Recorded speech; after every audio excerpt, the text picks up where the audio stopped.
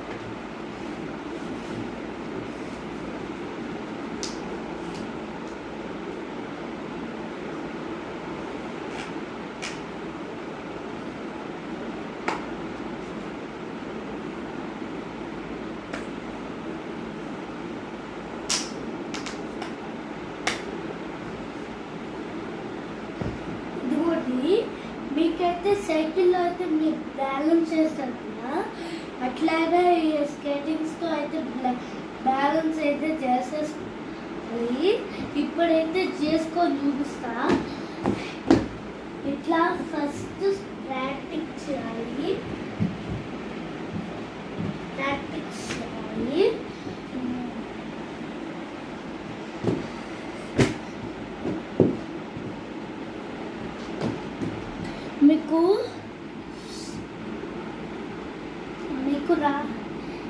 మీకు వచ్చేస్తే